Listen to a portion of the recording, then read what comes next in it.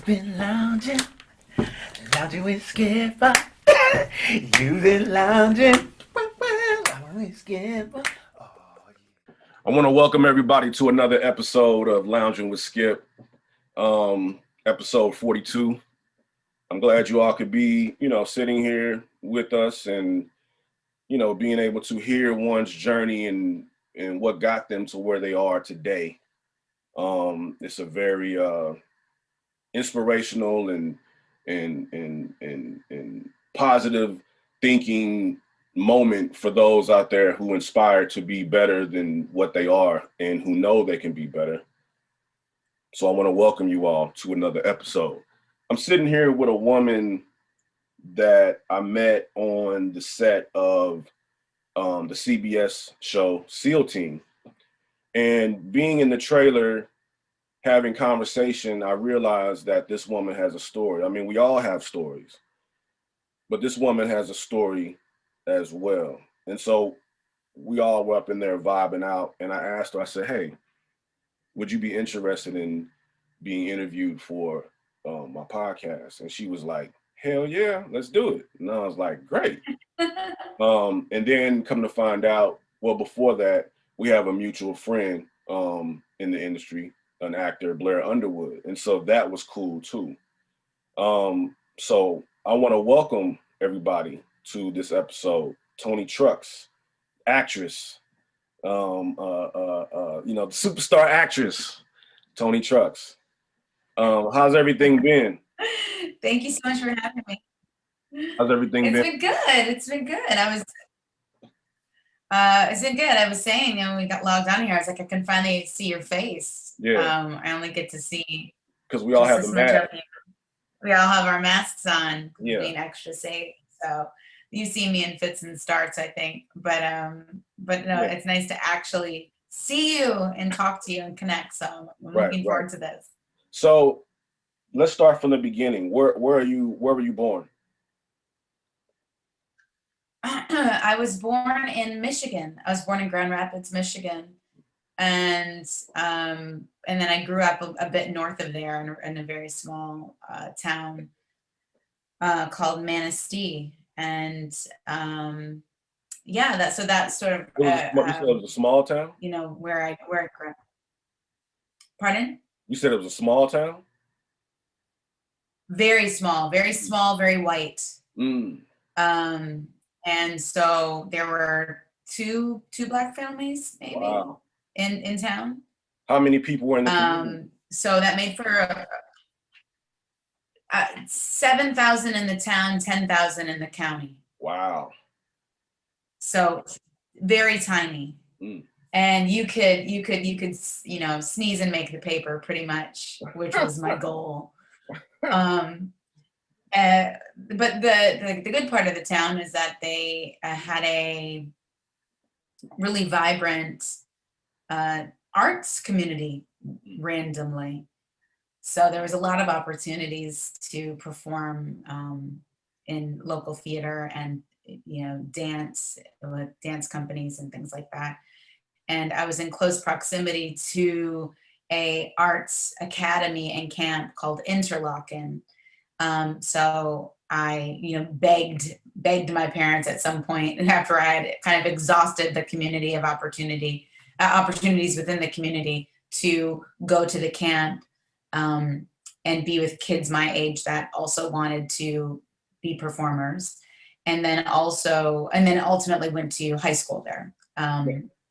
So that was really eye-opening and a game changer for my career and my experience, really. Now, as a little girl, what was it? Do you remember your first moment when you decided, or what was your first experience of seeing someone perform that was intriguing for you at such an early age?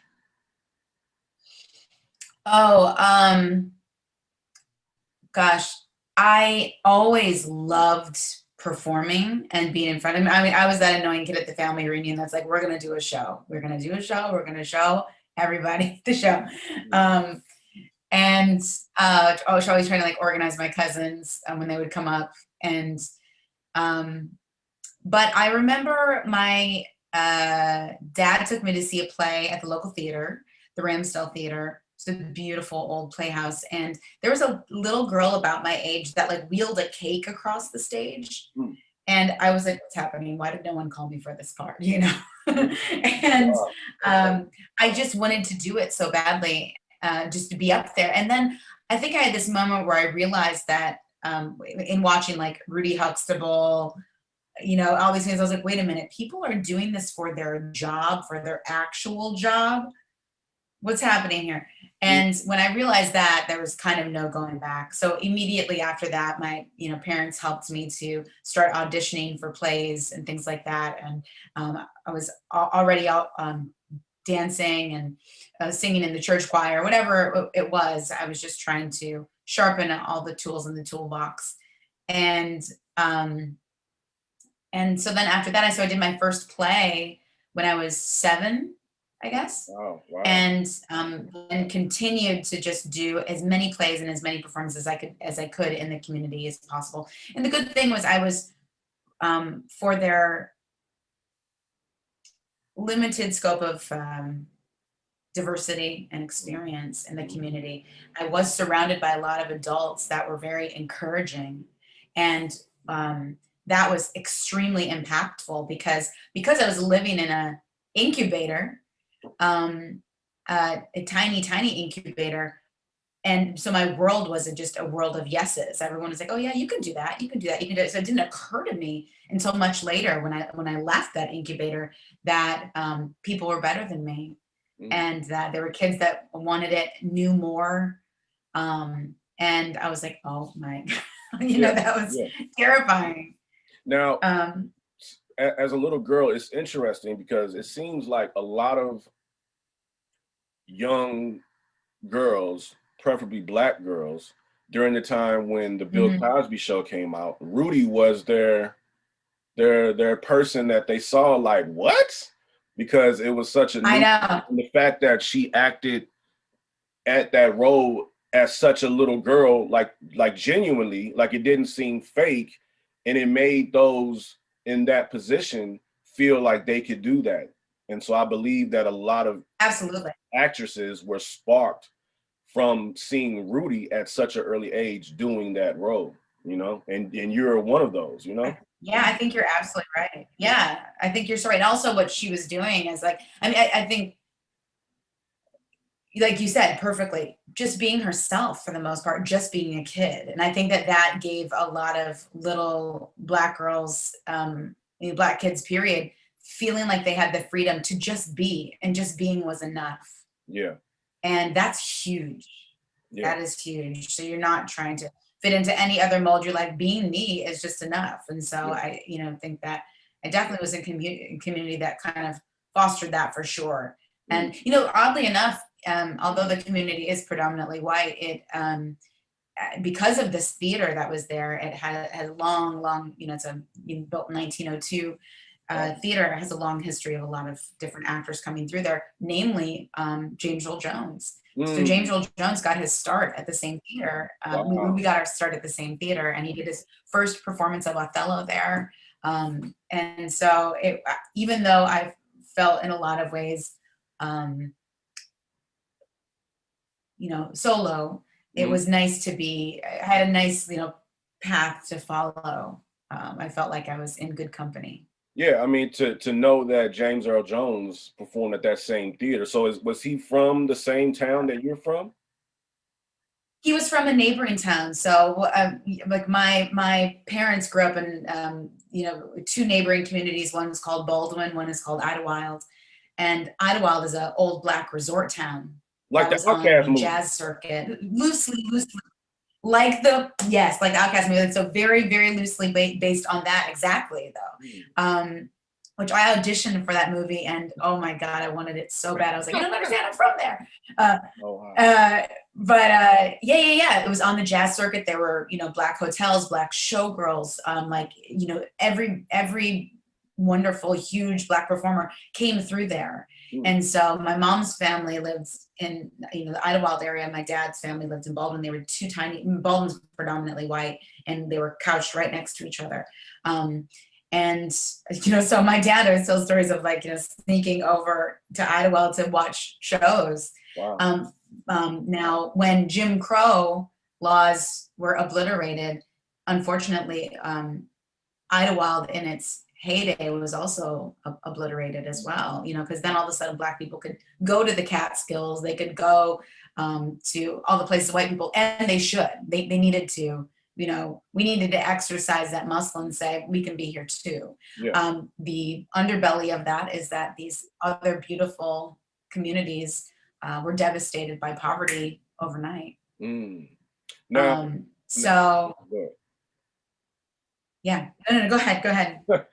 I noticed. But no, yeah. So, anyways, I guess I digress. James Earl Jones is from that same sort of a community right around there. So he grew up in that area in Michigan, and then found himself at a summer stock theater in Manistee, which is 50 miles away or so. Ultimately went to University of Michigan. I then also went to University of Michigan, so I feel like we've just been like, I'm just trailing him. I'm like, I'll get you yet, James Earl Jones. I'm coming for you. I'm coming for you. Oh yeah. Now, before I continue, I noticed it's a slight lagging. So I noticed when I ask a question, it's maybe like a slight lagging going on. So what I'll do is when I ask and then you speak, then once you stop, then I'll continue. That way we don't overlap one another. No problem. Okay. So now here you are, a little girl performing. How was it in high school, going in high school for you? Were you performing in high school and things of that nature? Yeah, absolutely. I mean, when I went into high school, I had an incredible drama teacher named Nancy Ferguson, who we just never stopped doing plays and musicals and things like that. And right from my freshman year, she was like, how about you star in this, and also why don't you choreograph it? And I was like, I've never choreographed anything. But because she just was like, oh, well, you can, I just did. And that was great. That was just so impactful. And did plays all the way through high school. And then, as I said, after my junior year, I quickly realized that I needed to make a big decision, because I wanted to be an actor and a performer. I really wanted to do Broadway stuff. So I realized that I should probably go to Interlochen. I should probably go to this arts academy that was, like kind of like fame, right? And immerse myself around kids that were doing the things curricularly that most kids do extracurricularly. So instead of doing AP math, I would spend my days in acting class, spend my days in dance classes, spend my days in singing classes. That's dope. And thank the Lord I got in. My parents agreed, my mom and dad agreed, and mortgaged the house, and got me to go to Interlochen. And it was a game changer for me, and it was a game changer for the way the colleges perceived me as well. So I felt overly prepared for college when I finally got there. Now, but I definitely, you experience that as well at school, trying to navigate all. I was in a community, right, where I am the only Black girl around. And so it defined me in such a huge way. Wow. In my self-perception as well. And then you get into these other places, and it also, so it defined me, but also people weren't really talking about it, because you're considered an exception, which is a mind fuck, and then you get into these other communities. So all of a sudden I was at a high school that was doing plays, and all of a sudden my race was a factor out of nowhere for me. And I was like, wait, what? Like because my school up to that point, it had never really come up, and all of a sudden they're doing cabaret, and they're like, well, you can't have a Black girl be Sally Bowles. And I'm like, why not? You have Josephine Baker, and it made me start to arm myself in this way where I was like, I have to do my homework so that I can defend my rights to take up space here, So it was an early lesson um, yeah, it was Now, very interesting, you know? now, let's back up. So you're a dancer as well. Yes. And when did you Yes, start? I've danced since I was like 6 years old. Oh, since you were 6 years old, you've been dancing. Okay, so going into these programs, Yeah. you were dancing, and that's what made your freshman teacher say, "Yeah, you can choreograph, you can act," and so you kind of took that like, really? So it was kind of like the world was your oyster at at such an early age in that position, correct? Yeah, absolutely. I mean, I loved dancing so much. For a while considered just being a dancer. I Mm. started out doing modern dance and then obviously did all the things you're supposed to do, jazz, tap, ballet, hip hop, whatever, all the things. And actually, when I went into school when I got to Interlock and I was trying to decide, am I going to be a theater major or a dance major? And the deciding factor was essentially that if I was a theater major, I could dance. But if I was a dance major, I couldn't do theater. Mm. And I knew that I wanted to do Broadway. So I was like, I need to do the program always that lets me do all the things, you know. Now, So I'm, that's how I kind of started on that path. I'm curious to know, at such an early age, you were headstrong and knew at such an early age where you wanted to go. And not a lot of people, kids, teenagers who are 15, 16, 17 years old are so focused in knowing where they want to go. They're still just kind of whatever, but you knew. What was it for you at that point in your life, and why was that point in your life such an impactful moment for you to say, this is where I want to go in life, versus just kind of rolling with the punches of life? Right. Like I'm just gonna get my prerequisites done. Um, yeah, I think I mean, this is probably a real question for my therapist, Skip, but um, I, I mean, why does a tiny person want to spend the majority of their day pretending to be someone else, right? And and I love continue to this day, but I loved then so much the math of performing. It made sense to me. It was comfortable and it was very safe to me. You do this, they laugh. You do this, they cry. You do this, they applaud. I could get comfortable in that formula. Mm. Um, I think probably a comment on whatever other tumultuous stuff I was experiencing as a little person. I just really thrived in that environment to say, oh, I can do this, and I can anticipate your reaction in a way that makes me feel safe.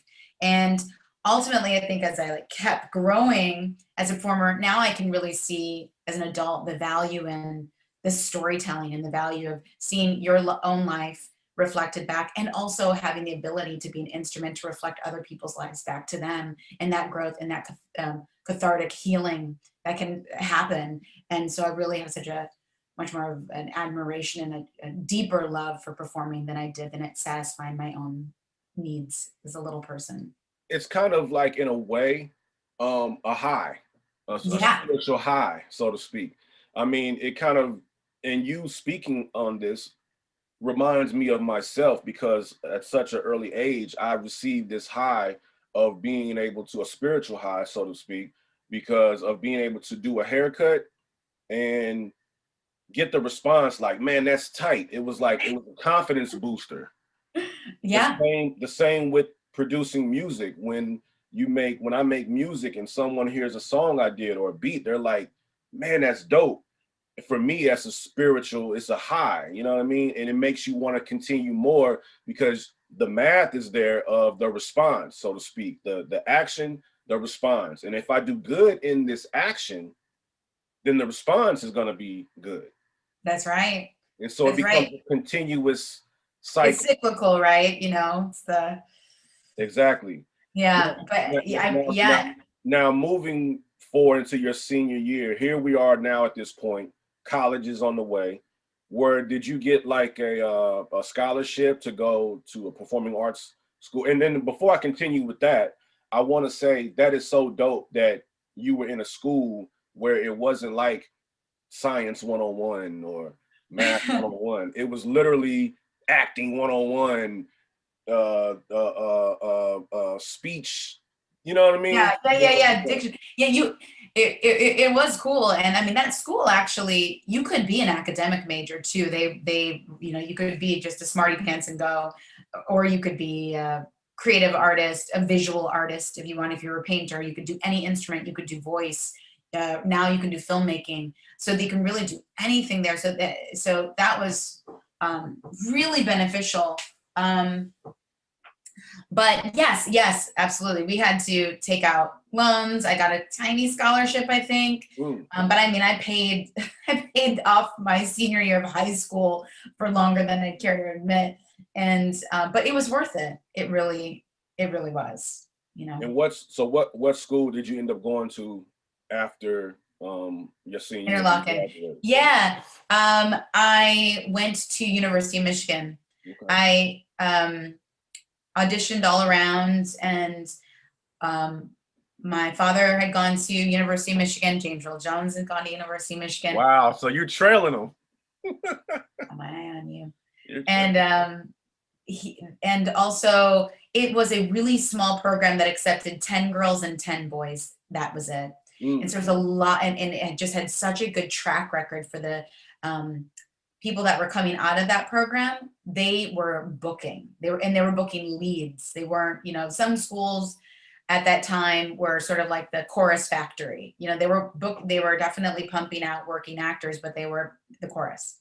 So I love that Michigan, took these 10 boys, 10 girls, and they committed to them for those 4 years. They said, no matter what, we're going to try to create the best version of you we can in 4 years. You don't have to be like that person or that person. We're just going to do the best version of you.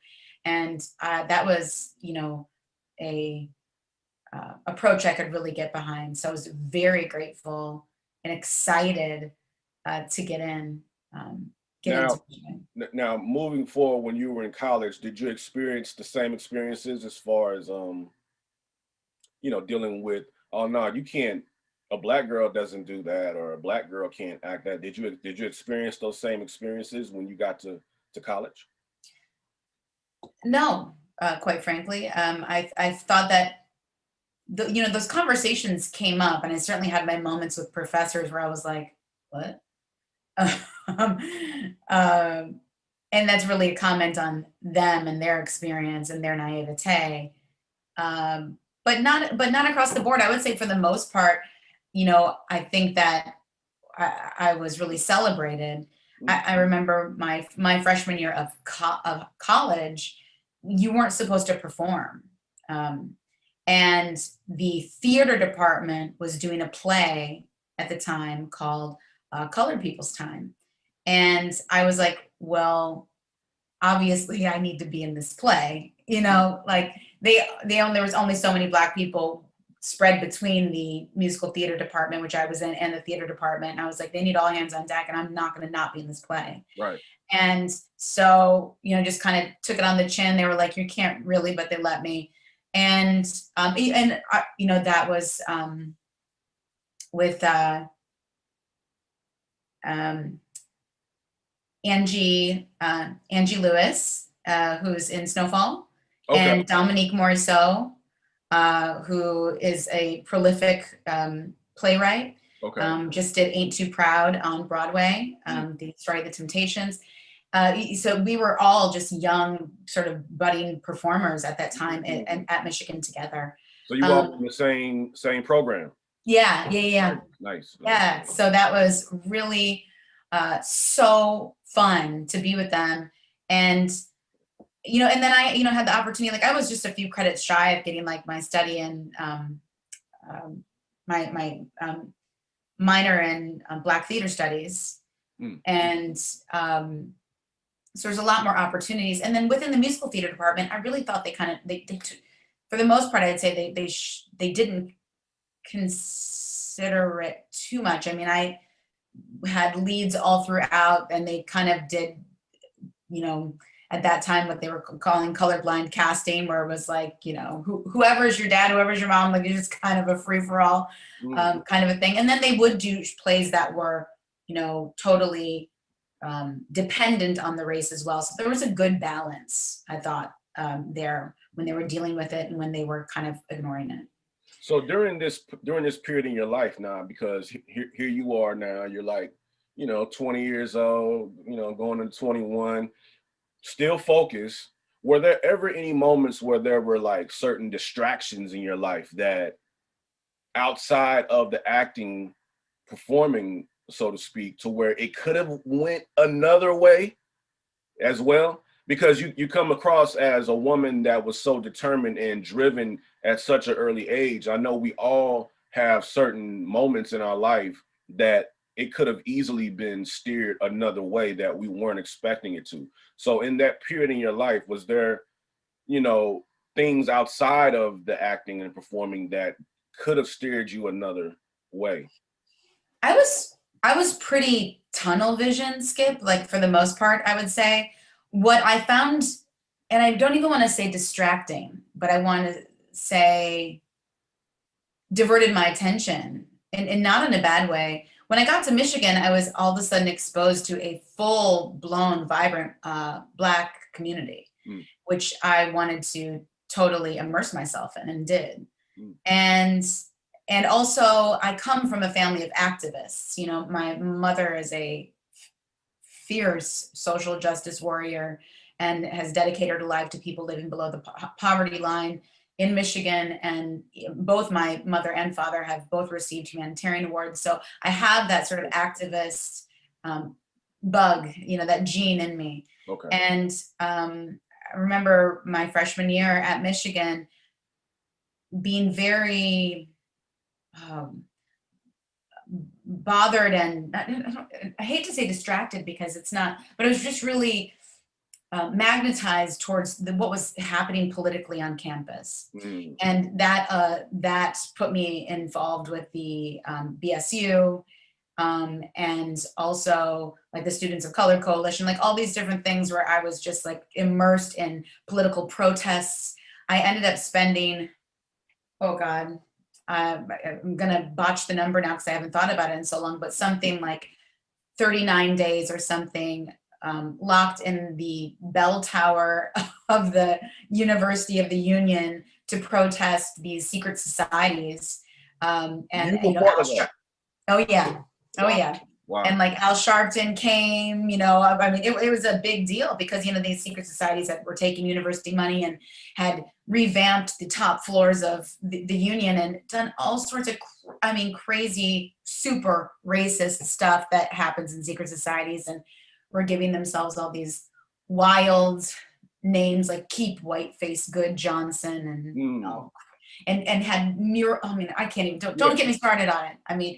But I found myself sleeping in this tower, then trying to go to like acting class in the day, bringing my pillow and just like being like, you're lucky I'm here, I'm doing important work elsewhere, and trying to really ostracize the teachers. But I remember the head of the department at Michigan brought me in and was like, I do not want to diminish what you care about in the world, but what I want to tell you is that I picked you to come here for a reason. And I want you to not lose sight of that reason and know that we are focused on you. So we hope that you're focused on us as well. And I couldn't fully hear that conversation in the moment because I was so riled up about the politics on campus. But in hindsight, I really appreciated that. I appreciated an adult that I really respected, just reminding me that they believed in me, and that they believed in my passions and for my love of the arts. And that helped me to kind of find a better balance of my awareness and my work.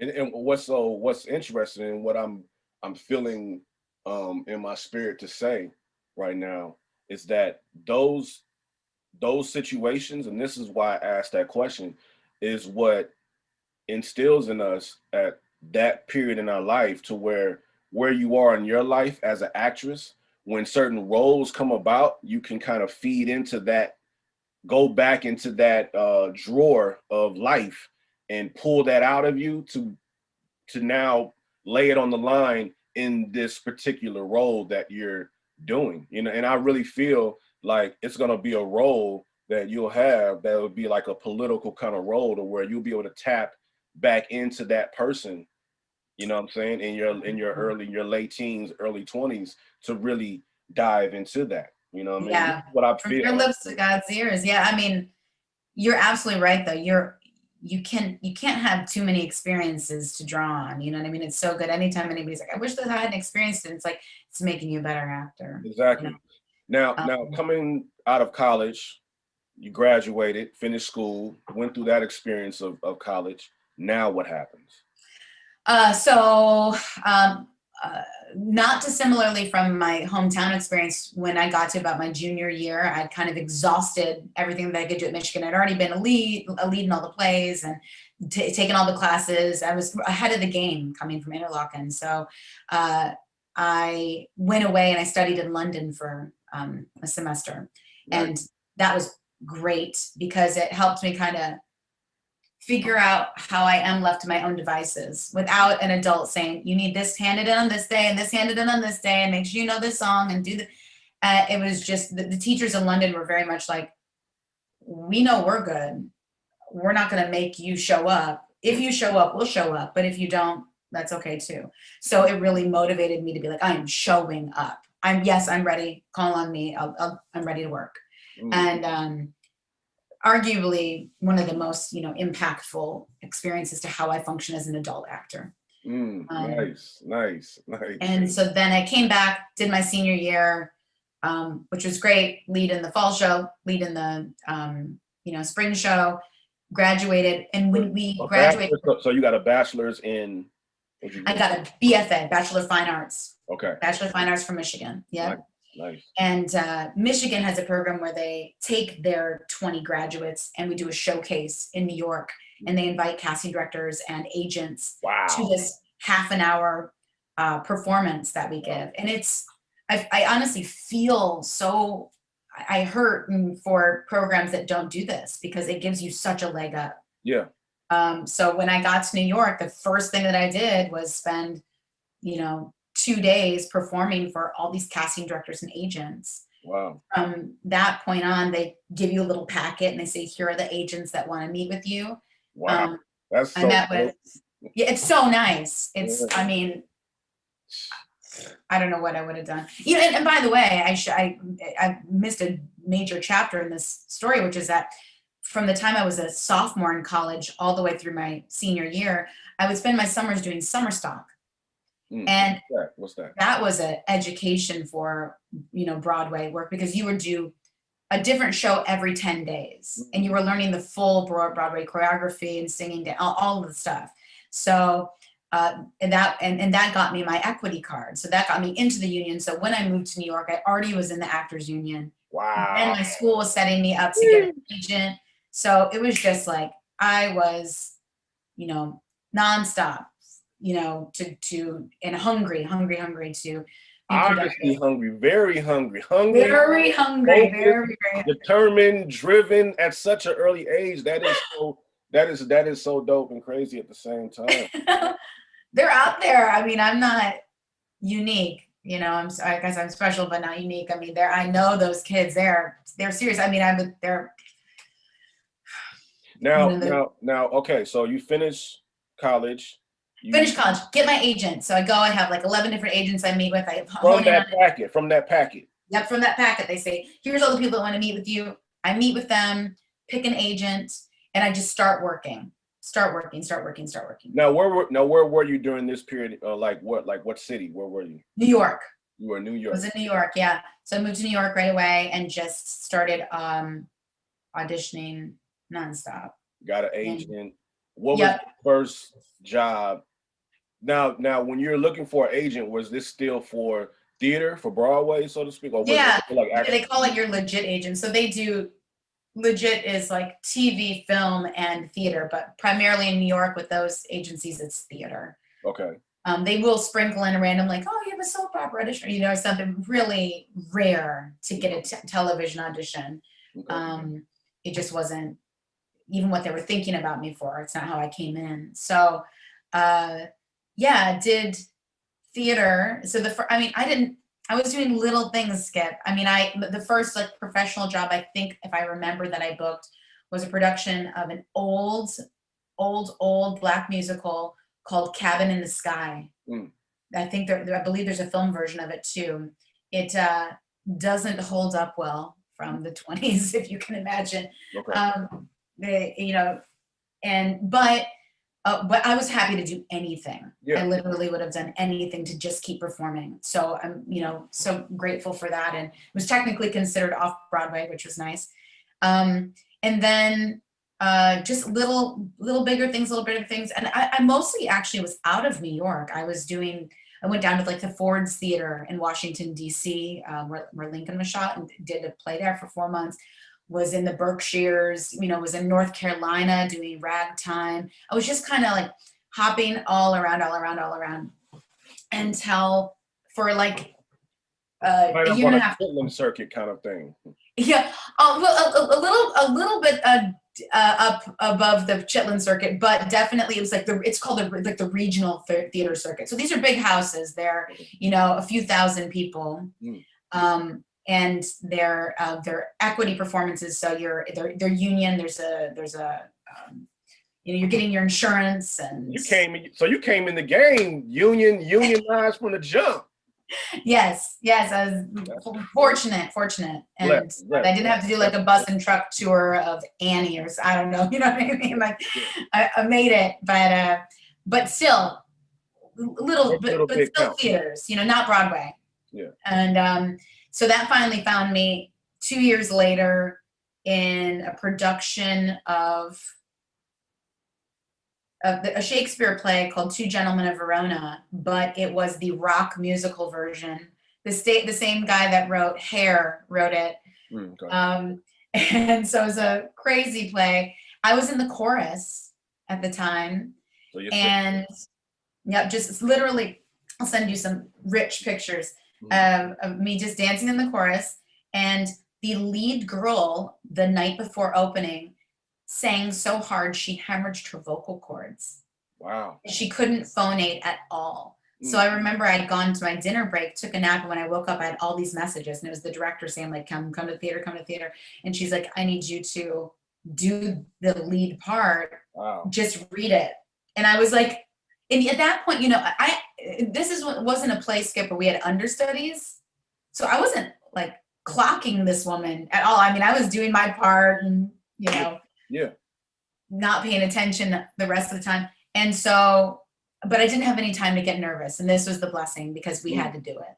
We had to do it. So I took the script and did it. I just walked around. I mean, the audience came and I had the script in a hand and I did my best.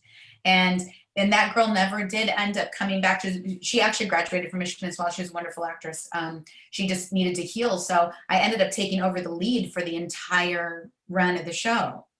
And so I'm curious. So you took a nap, you get these messages saying, come to the studio, come to the theater. Yeah. Script. And so you're studying the script, but right before you're about to go back out that same day, or? Yeah, it was one day. So they canceled the show that night. And then the next morning I went in and they said, let's walk it one time. And she said, break a leg, good luck. Nice. Wow. And so, but it was the best education, because you didn't have time to be like, oh my God, can I do it? It's like, well, you're doing it. Right. And when you're in the theater, you have Mondays are your weekend. You get one day off a week, and it's Monday. So every single Monday, I would take the train from. I was in Baltimore at the time. That's where this play was happening, Baltimore Center Stage. So I took the train from Baltimore back to New York, and I would do whatever auditions I could do on a Monday. And one Monday, I went in and I had like an audition for some play in the summer stock play, and an audition for Barbershop. And at the time I hadn't seen the movies and I was like, oh crap. I was like, do I have time to watch the movie and do this audition? I only have Monday. I'm like, oh no, what am I gonna do? Now this is the And I was like, the TV show, Barbershop. This is the TV version of the film that the films that Cedric and Eve and the Ice Cube Vision had put out. So they were making a Showtime version of it. And I had only really seen the trailer and the posters, I guess. And I was like, oh crap, what am I gonna do? And I was like, just do your best. So went and did the audition. Didn't think much of it. You know, I keep an audition log. I've got a log of every single audition I've ever done in my life. And so I just was, this is what I wore, this is who I saw, this is what they said, this is how much money I spent on my metro fare, whatever. And 2 weeks later, so it was a long time actually in the land of TV, my agents called and said, you have a callback, the director is going to come meet you. And I was like, what? It was John Ridley. Okay. So I was so excited and I got in there and met with John, and John was like, I was just so engaged and lovely and was just really like, I want you. And he's like, read Terry, read the Eve role, and then also read the wife. He's like, I just want you somewhere in here. And I'm like, okay. But I'd always been auditioning for Terry. And then went back again. It was always a Monday. It had to work on a Monday. Right. So I was going back and doing the lead of this play. And then the next Monday came. About how long of a period were you consistently doing that? Over the course of, so I was in Baltimore over the course of 3 months, but I was the barbershop process took about a month. About a month total, from my first audition to my last audition, like I guess in February starting out. And then also, so did the, read with John Ridley a couple weeks later. Then a week after that, they said, can you come to LA for a screen test? And I was like, oh my God. Like at this point, I hadn't auditioned for television at all. I had done like an acting for the camera course at Michigan, and that was it. Yeah. So I was just like, this is crazy. And I had this rule, Skip, at the time where I was like, I just want to do one new thing a year, period. I don't care what it is. So when I got the screen test, I was like, that's my one thing. I did my one thing. Done. So great. So they flew me to LA on a Monday. Wow. I did my audition, and I was so nervous. Came back, and they said, when you went there, yeah. What was that experience like? Because this was your first time in LA?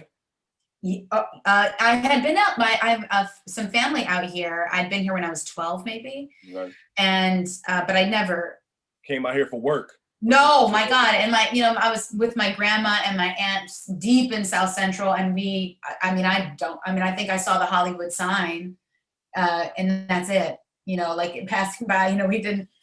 I didn't have any awareness or sense of the city whatsoever. And flying out, coming out here for it. Oh, how are you feeling in that? Because right now, what you're telling me, this is that moment right here. So how did you feel, and where you were in your life, in your spirit, with your emotions, and what was going on? I can't express to you the excitement. I was just it felt so divine at the time, because I was going through this really magical time in my career where I just kept booking work. And I was leaving jobs early to start other jobs. And I felt so fortunate, to the point that my agent was just like, at some point, like, how can your number keep hitting? Like, this is actually crazy. So the agent was even tripping too. The agent was like, wow. Oh, the agent was like, what is going on? Like, this is crazy. So when I got the screen test, we just all were like, oh my gosh, like somehow, I'm on the train. I'm on it now. And when I got here, after my Sunday night show, they put me on a red eye to LA. So I would land Monday morning. You're like, and man, they put me up at the I feel Westwood. important. I feel important. I'm on a Oh, red eye. I'm I saying, know, you know, yeah, they're giving you that little baby per diem check. Nobody can speak to me. I was like, oh, you know, this yeah, is the best. And I remember there's a lot of discussion about my hair at the time. You know, it was like, is it going to be curly? Is it going to be straight? You know, all that stuff that I was not used to in New York. And I stayed at the W in the Westwood in Westwood, yeah, and I couldn't sleep. I was just sick. I was so nervous. right. And they walked me over to Viacom. I did my audition. Robbie Reed, black casting director, amazing. Uh, I mean, I was signing in. I remember she walked up and she goes, "Nice tape," and I was like, "Huh?" You know, and did the audition, left, and I remember I was just like, it's gonna be okay. Like whatever happens, I wrote myself a little note and I was like, whatever happens, you did one thing new. They liked you. You met the director. Like all new things, all positive things. So whether you get it or not, it doesn't Right. matter. Right. So then finally they call and they say it's another week, and they say you have they want to give you a test deal. They want to, like, you know, do your final audition where you sign the contracts, you do all that stuff, which I'd never done before. Like, I mean, this was new. Right. And flew me out, but they couldn't fly me out on a Monday. They wanted me to fly out on a Tuesday or something. I said, I can't do it. And they were like, that's when they were pulling the Showtime card, like, oh, well, you're going to lose this part then. Wow. You know? And I called the casting director and I said, you tell them to wait for me. You tell them to fucking wait for me, because I have now got on trains, planes, automobiles, right? Okay. All the things to make this work. And if they want me, they will wait for me. Cause it was like, it was before Easter, and she called them and she made them wait for me. And I was so grateful to her. It was a casting director out of New York named Pat McCorkle. And she said, they're going to wait for you. So I was closing night of the show in Baltimore. I closed the show, immediately, like, took a bow, got my suitcases, went directly to a car, got on a plane, flew to LA. Monday morning, went back in for my final test, and did it. I remember I gone to the ladies' room after my audition, and as I walked out, I saw some of the execs walking out, and my headshot was on top. And I was like, oh, please. Yeah. You know, wow. And then my agent called me and he goes, you need to get back to New York right away. I need you to audition for, you know, whatever, West Side Story and, you know, whatever, Albany or something. Like, and man, I'm like, oh, okay. Like, man, my mind is on this right here. I'm trying right. Like, and he's saying all these things. And I'm like, yeah, no. Yeah, definitely. I'll get right back. And he goes, or, I mean, you could stay there, I guess, because you just booked the lead of a TV show. And I was like, what? You know, I mean, wow, that's dope. To date, one of the happiest moments of my, like, you can't, it was like a Cinderella, like, mind blown thing where I'm going from the chorus of a play in Baltimore to the lead of a Showtime series in Los Angeles. I mean, I was like overload. Wow. So, and yeah, from okay. So now you got this role. Everything is great. Was the show still going on during the week, or was that over now? No, it was done. I closed the show, like, so that was the funniest part, because I kept booking, and so it was so crazy that I closed the show on Sunday, booked Barbershop on Monday. Wow. So once you booked it, did you come back to the East Coast, or did you just stay? No, they said to me that I had 2 weeks to move to Los Angeles. To move. Wow. So I came back to New York. You just pick up, move where you are, and move. Yes, because it wasn't like a normal pilot skip. It was Showtime, so it was already picked up. So it was already happening. So I went back, and I certainly was living off of a theater's wage. So there's no way that I was going to keep my apartment. You know, I couldn't do both. So I gave up my apartment and moved out here at a moment's notice. They put me up back at the hotel for about a month so I could get my sea legs. Wow. But you'll love this as a hair person. I had kind of, to send you a picture, I had like kind of long Mariah Carey curl hair that I wore every day. I always wore my hair curly, my natural curls every day. And there was a hair stylist at the time, a guy named Leonard Drake, who unfortunately recently passed away, but Leonard was a character and wonderful in the business. And Leonard looked at me and he goes, "You look like apple pie, and I'm gonna cut it all off." And I was like, okay. Like I still don't have any attachment to my hair. I really feel like whatever you want to do to transform for the role, I'm fine with. And so they ended up shaving it, dyeing it, bleaching it blonde, doing that sort of Mary J. Blige, 2002, 2003 at the time cut, asymmetrical. And I was like, dope, like, let's go. Let's go. So how was it for you walking on set that first day? Here we go. Hit, at lights, camera, action. What was that feeling like for you? Because now you're going from not being just on a stage, but in front of a camera now, where it's cut, do that part again, let's hit it from this angle, blah, blah, blah. What was that for you to constantly going over the lines and you know what I mean? Like that whole process, what was that like? Definitely a learning curve. I mean, I was learning on the celluloid in real time. Like when you watch Barbershop, you're seeing me learning. And so what I love and kind of cringe about that time is I was so happy and I was so excited and I was just like a ball of positivity. And I don't know. I would hate to go back and kind of like dampen that down. But so like, give me an example. Like, give me an example of. Like I remember meeting Omar Gooding at our table read, I think, and I was like, "Isn't this so exciting?"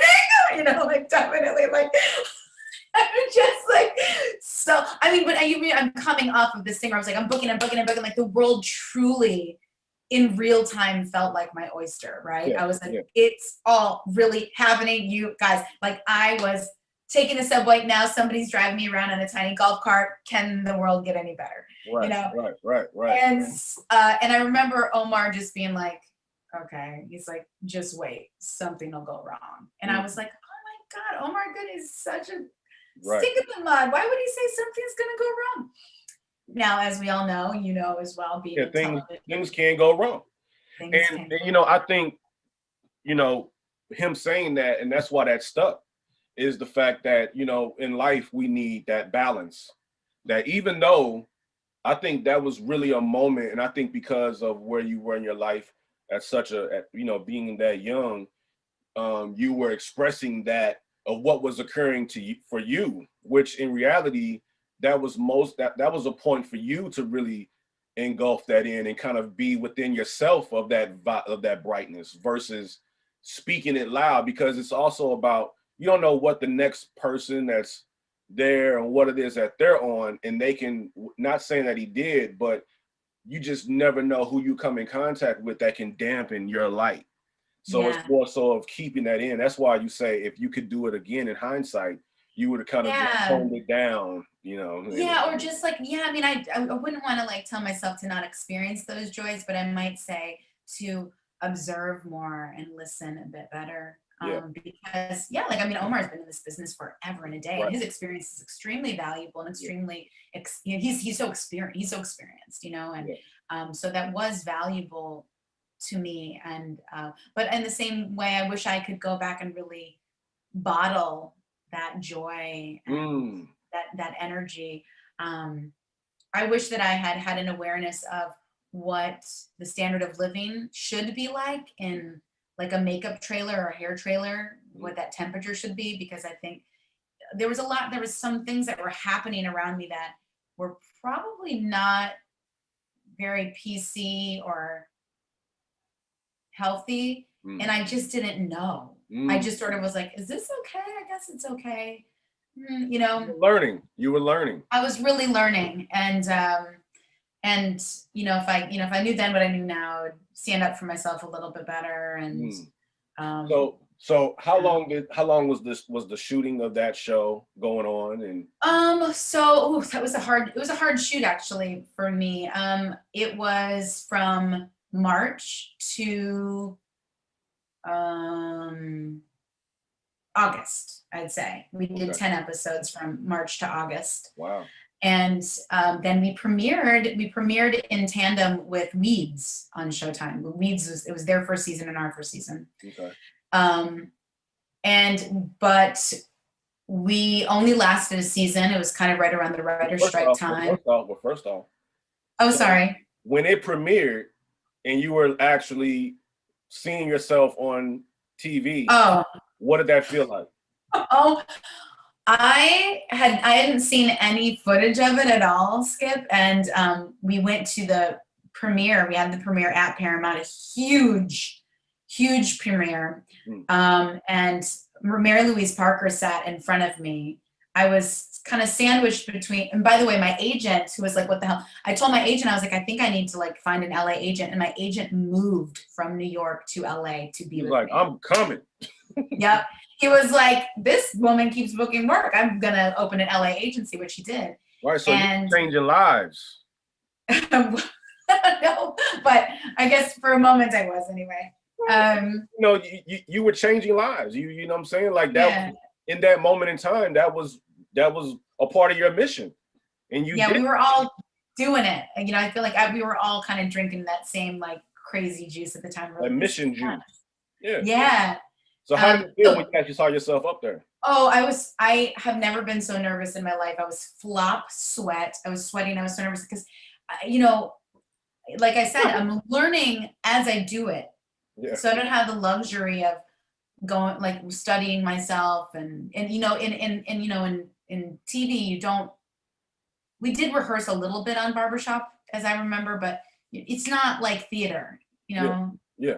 So it's it's locked in there. So whatever you're watching that and you're like, damn, maybe I could have said that different. Or damn, like, why does my forehead look like that? Why does my forehead look like that? I remember John Ridley one time, I'm sure he was surely just messing with me. He said to me, he's like, your mouth is open. And I was like, yeah. And he was like, your mouth just like stays open. And I was like, I'm sure he was just trying to give me a complex, which was not nice. He was saying that about on camera? Yeah, he was like, why is your mouth open? And I was like, I have no idea. I'm just listening. I was probably just listening to someone. Yeah. A natural reflex. Yeah, I was just being. But he was like, your mouth is doing something. And I was like, oh, all the things that you don't think about in theater when you're just being.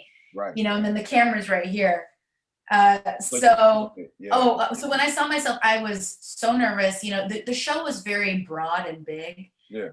But I'd gotten some really nice reviews in the New York Times and the LA Times and like People Mag and stuff like that. So I was crossing my fingers that it was good. And I remember the second that the show ended, Mary Louise Parker was in front of me, turned around and she goes, "You're so funny. You're going to be a big star." Mm-hmm. And I was like, "Kill me now. I'm done." That's it. But I was super nervous. That's why I've heard that a lot of actors, actresses, when they film something, they don't like to watch themselves on the screen. Well, I'll tell you this. We went first. So Barbershop premiered first on that night. Mary Louise Parker said that to me. They started to play Weeds. She got up and left. So she didn't stay for her stuff. Right. It's It's like once it's locked and loaded, it's like I don't even want to see it. I don't want to. Yeah, people ask me all the time, like, "Did you watch SEAL Team this week?" And I'm like, "I don't." Yeah. You just kind of because you're living it. You're living it. I'm like, I already lived it. It's new for you, but it's not new for me. I'm living it. Yeah. You know what I mean? So the show, and of course we know. How things can be in Hollywood, it can air and you can have all these high expectations, and then next thing you know, it's pulled, and now it's this feeling of that, am I good enough, and what's going on, and I remember when when because Blair Underwood introduced me to the industry, and I remember me working on set, cutting his hair, and they had filmed like they filmed all 10 episodes. I remember just being there and experiencing all that.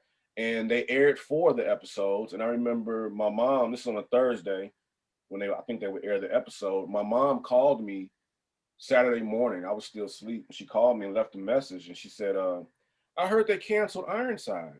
And I was like, I heard the message. I'm like, huh? So I text the lady who I was in conjunction with, who orchestrates me, directs me on where it is I need to go that Monday.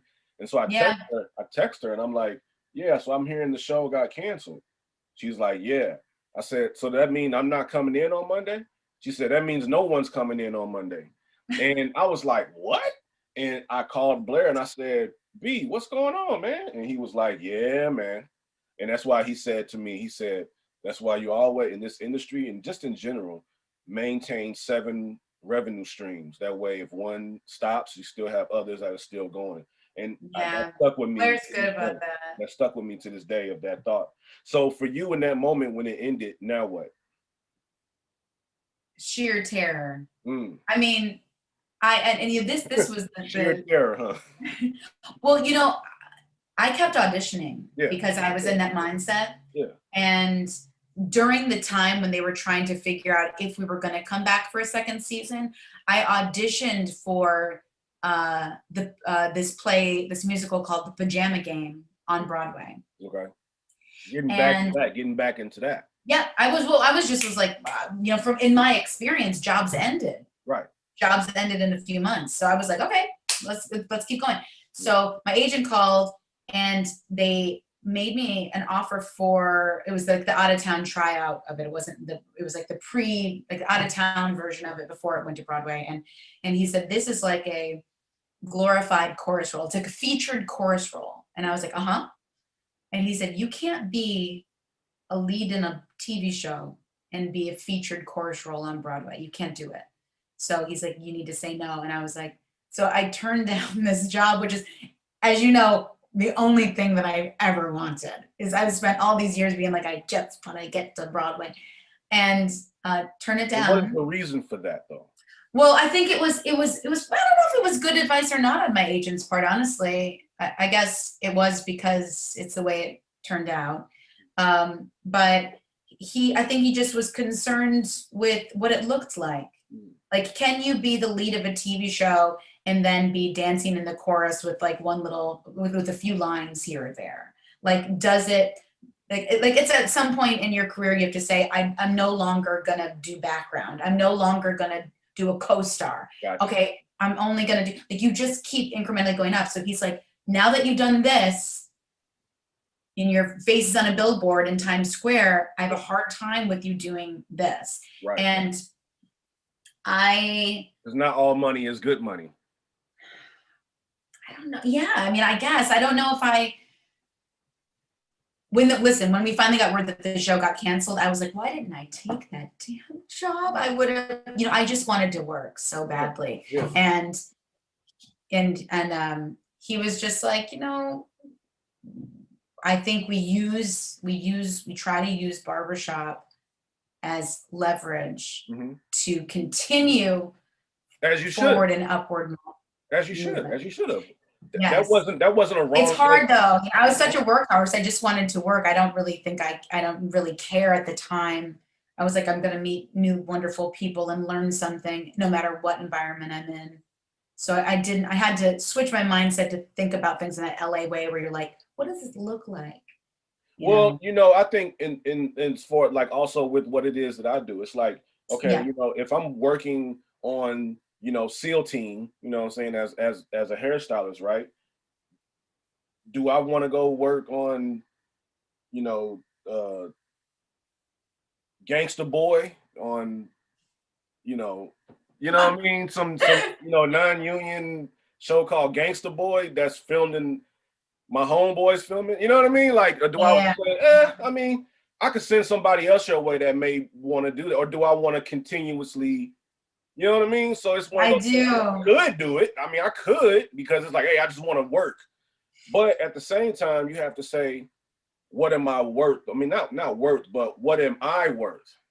As far as what do I feel the steps I want to go? And I think that for you, not saying that you shouldn't have taken that role as far as that, because you wanted to work. As performers, we just want to, that's like me producing music. It's like, okay, I can produce Yeah.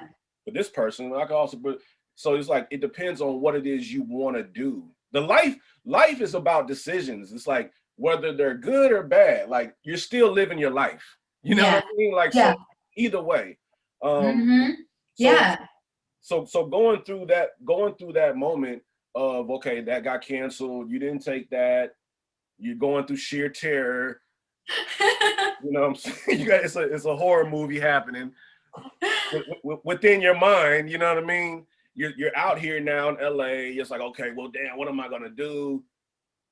Yeah, and What LA switches on a dime. Like at one point, you're the lead of a TV show, and everyone's like, "Come here, come there. Oh yes, yes, yes. Come to this premiere. We'll dress you." Blah blah. And then the second your show gets canceled, and they're like, "Toni, who?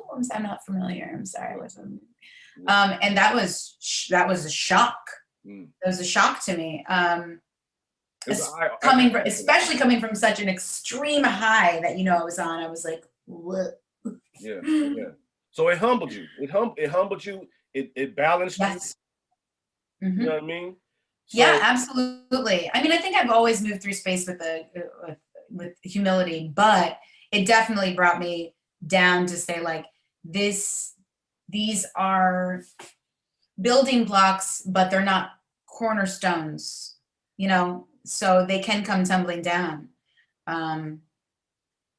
So yeah, then I just had to get on my game face and say like, okay, all right, now we navigate LA. yeah. Which is so different than New York. I mean, in New York, you really are, you can be proactive.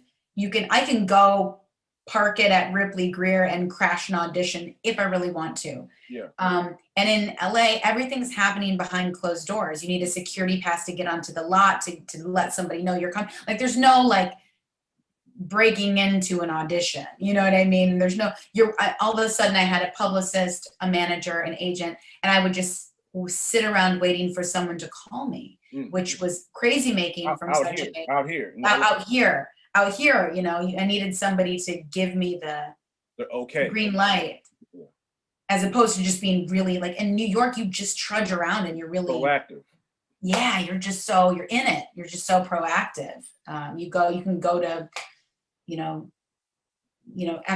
Actors Equity in middle of Times Square and just be around and see what's happening. You can get it. So what was it? Because I remember you had mentioned that you were in the Twilight. What was it? Twilight? Or? Yeah. Okay, so what was the next big breaking moment? Because here we are. You're going through all this other stuff. You're well, whatever. Now, what was the next moment in time where it was all like, what? Well, yeah. Go through all this stuff. I mean, from barbershop. One of the barbershop writers, this woman, Stacey Littlejohn, ended up writing on All of Us. Okay. That Will Smith, Jada Pinkett series. That was Dwayne Martin, Lisa Ray, and Tony Rock.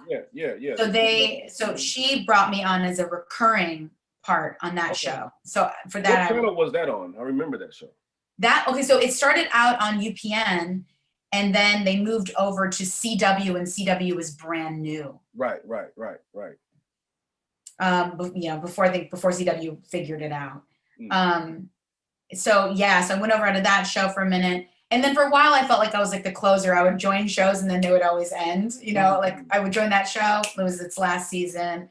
Went on to another show that was its last season. Kind of that kind of thing. Yeah. But did a lot of little guest stars. I did plays. I did like the story of Lena Horne play at Pasadena Playhouse, and would book pilots. Pilots wouldn't go. Like I booked a pilot almost every year. It would just be a matter of if it went or not.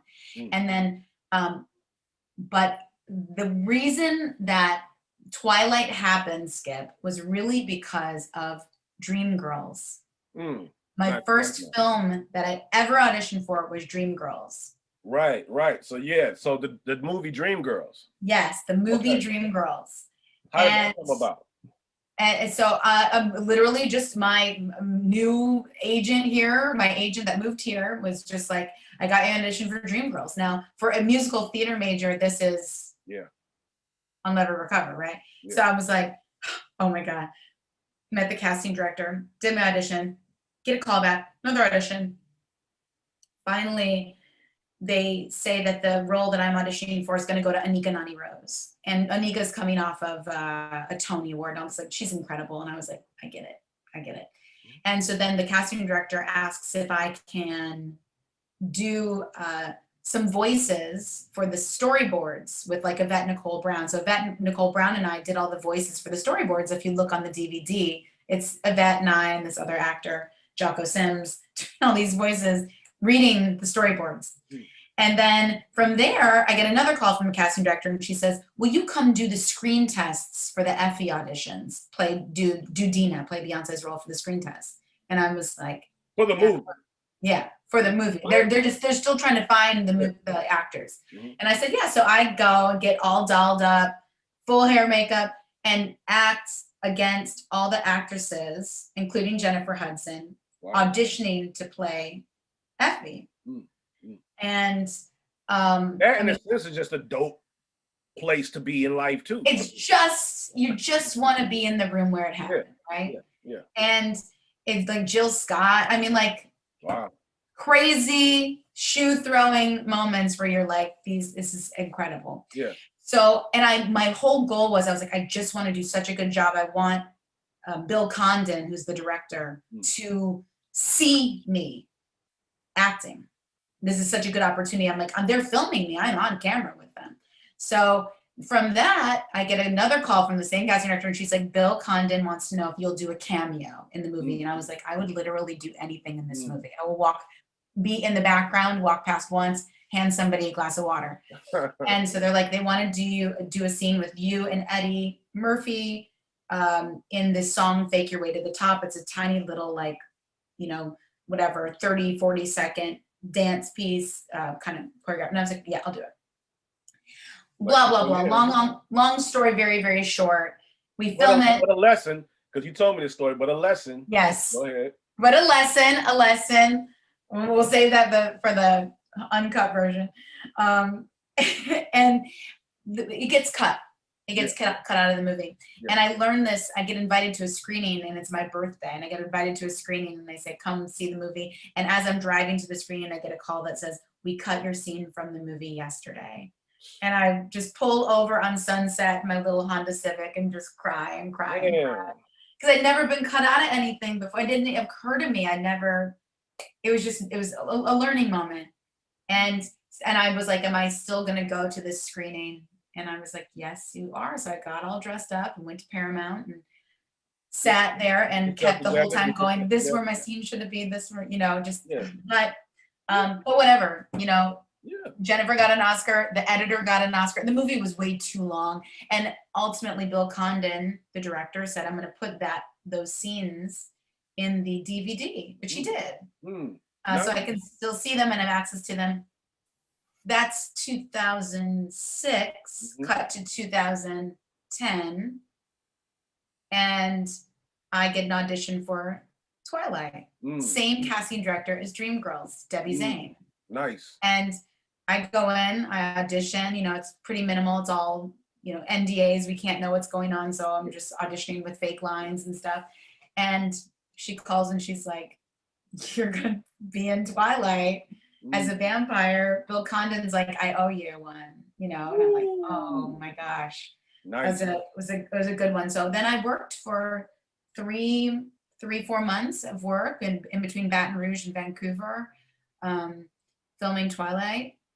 So you just never know how it's gonna all connect. That's what I'm saying. The journey, the experience of life is the journey.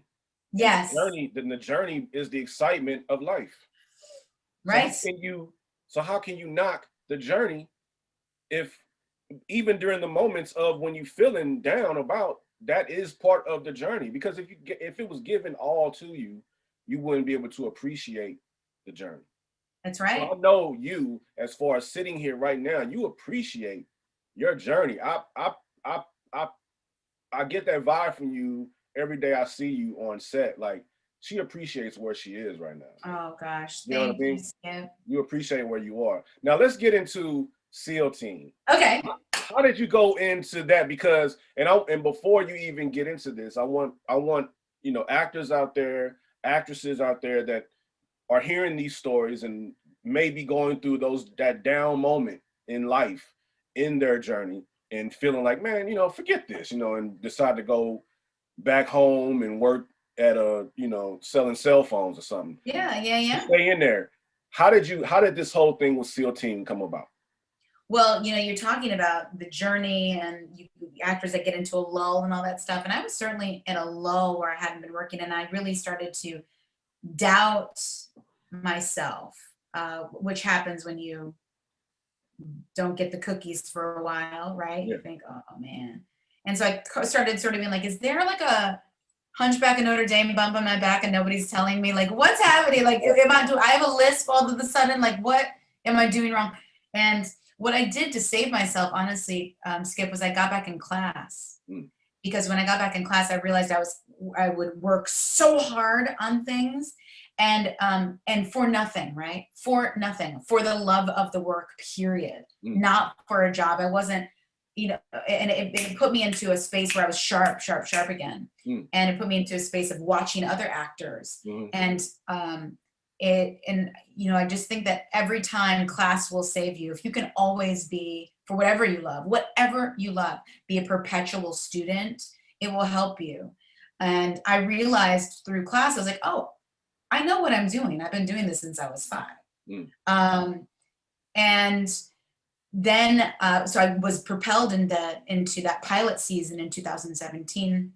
And I was doing, you know, same situation. I'd done a random episode of CSI New York in like 2000 and I don't know what, 7 or 8 or something.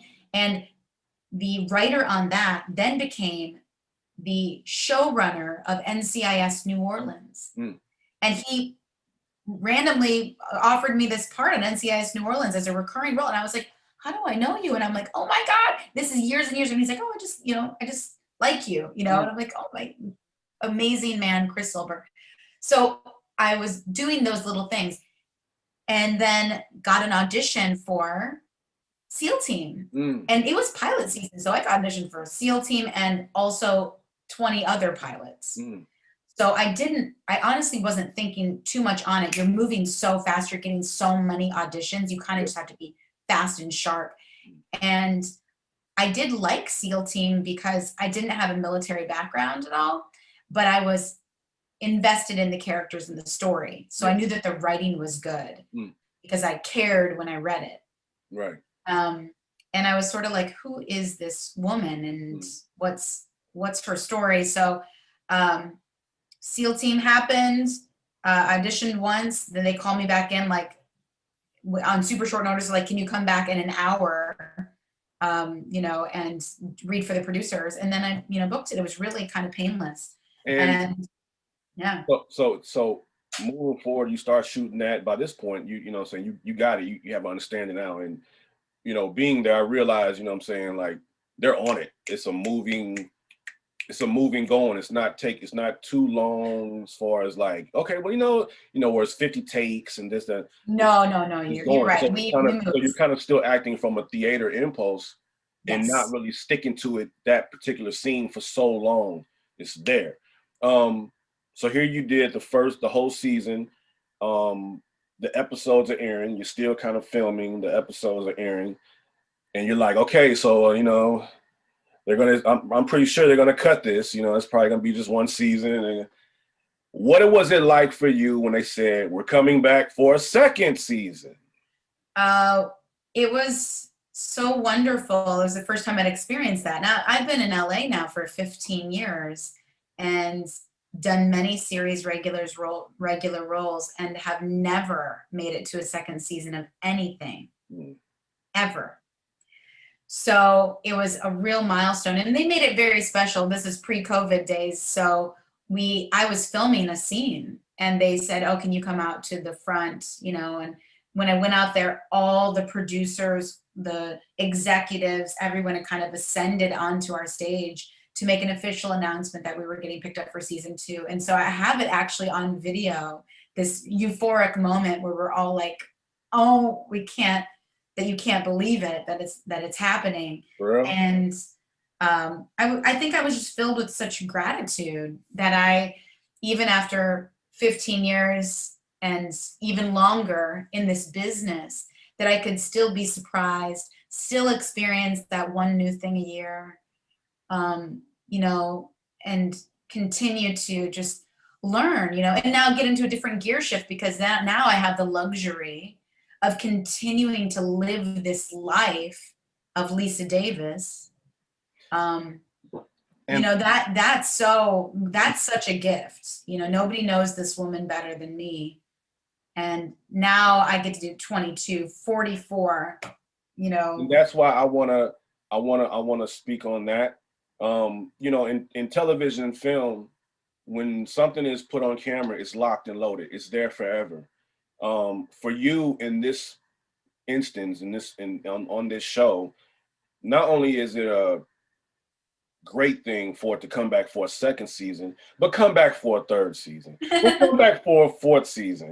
You know what I'm saying? And you know, most likely come back for a fifth season. From your lips. Yeah. So in those moments, you will forever be this woman. The show has such a big following. I began to realize that working on it myself, and I'm like, wow, it's a for real following. Right. The fact that it'll always be locked and loaded and stuck on TV forever. You can be an 80-year-old woman and you'll forever be this age, this person at this time in your life forever.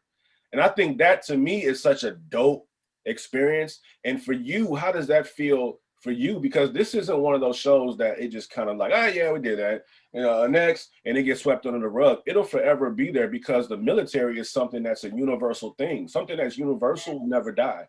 So for you to know that now, and being in that position when Barbershop, the television show happened, and seeing yourself on that screen, how was it for you now knowing that you are forever locked on screen in this show that will forever be? How does that feel within, as far as in you and coming this far in life and in your career? That has to be a fulfilling moment.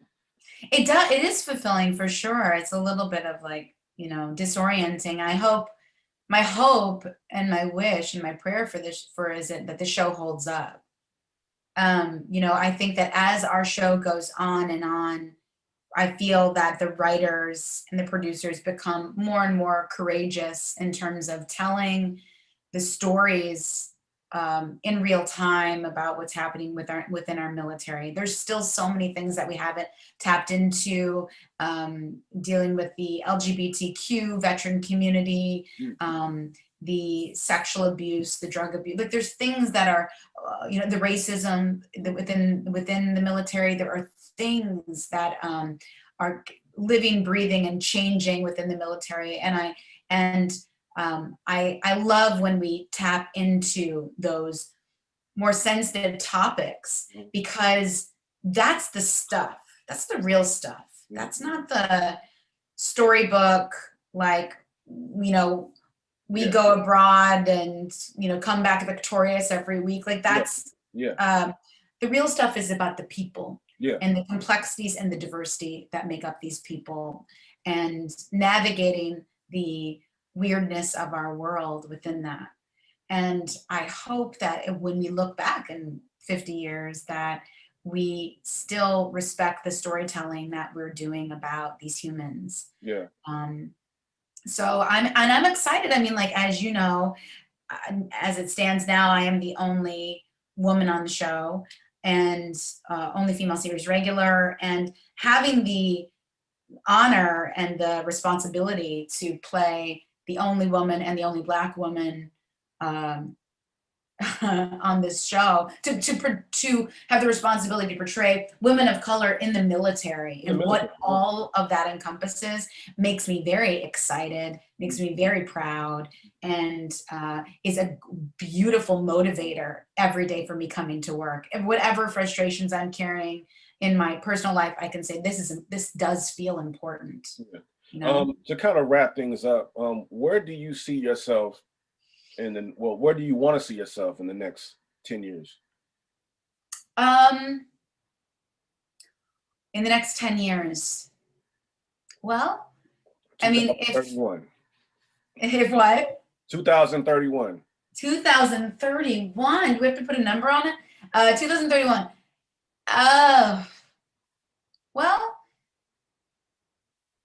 golly. Hey, listen, if SEAL Team has a life, God bless it. God bless it if it's one of those shows that is like in it. Like a Grey's Anatomy, I believe, is it? Yeah, Grays, yeah, NSVU, you name it, like just one of those ones. I mean, we're a little bit probably closer to Grays because we're not, we're serialized, we're not episodic. So you kind of need to watch the series. Yeah.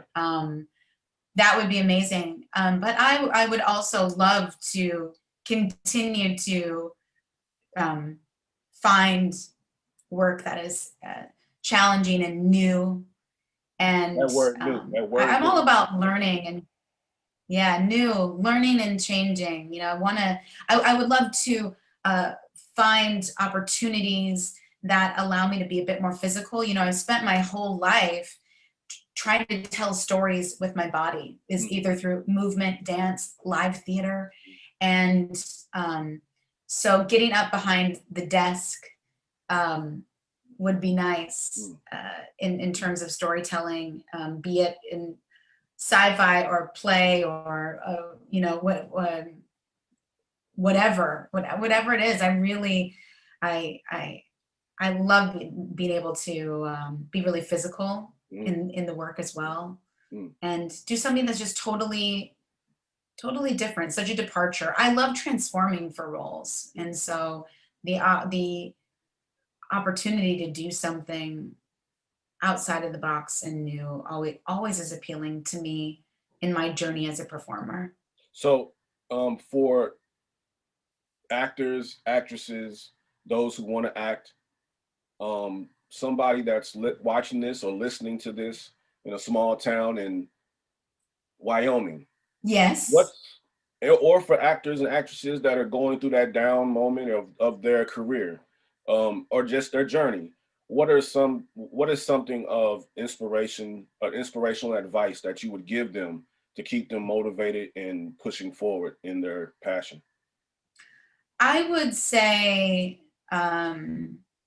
well, to all the young ones that are kind of just starting out in this, in their love of the entertainment world, I would try to encourage them to make this a study. I think right now we're living in a time of that 15-minute Instagram kind of McFame, McTalent that is so contagious and hard to resist at times. And if you really truly in your heart are interested in the longevity of a career, I would just encourage you to study it, to make yourself a perpetual student of it. Even if you don't have the means to go to a fancy school, who cares? Like, watch everything. And even if you don't like it, write down why you don't like it. Watch everything you love. If you love it, it's not enough to love it. Figure out why you love it. What about it is hitting those buttons for you? Make everything a learning moment. And, you know, I would say for people that are a little bit further along in their career that are experiencing a lull or like a COVID block on their work, which so many artists are right now, I would try to just lovingly remind them that whatever you're experiencing, even if you can't see it right now, is food for your art. Whatever it is, how the deeps of the depths of despair or the mundane or you know, the euphoria, whatever it is, you're going to be able to draw upon in your work as a performer. And as you try to embody stories moving forward, you can use all of that. And I remember in one of my low points saying, you know, I used to be better. I was so like at a really sad point, and I just said, I think I used to be better than what I am. And the truth is that that's impossible. It's truly 100% impossible, because wherever I was, even yesterday, today, I've experienced more, which means that I can bring more to the table. So it is absolutely impossible that I am as good as I will ever be right in this moment. and I try to use that as an encouragement. Toni, I really appreciate the fact that you were able to lounge with me this morning. I know I should have sat back more. Nah, my chair, it's I have to really like sit up or sit back in it to feel real comfortable. When I'm up, like it's just You need 2 lounge chairs. You I need like, yeah.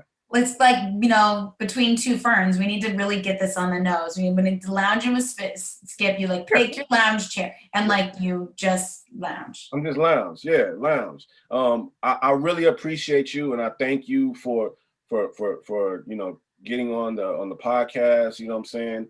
I want everyone to know that, like I said, she's a true testament to her goal and her journey and her passion. And like I said, she's one of the reason why I wanted to interview her was because of the fact of me seeing her every day, and I can feel the energy of her, knowing that where she is in life in her moment is a blessing. And it's one of those things where how you were feeling when you got the barbershop series and how you were like, isn't this great?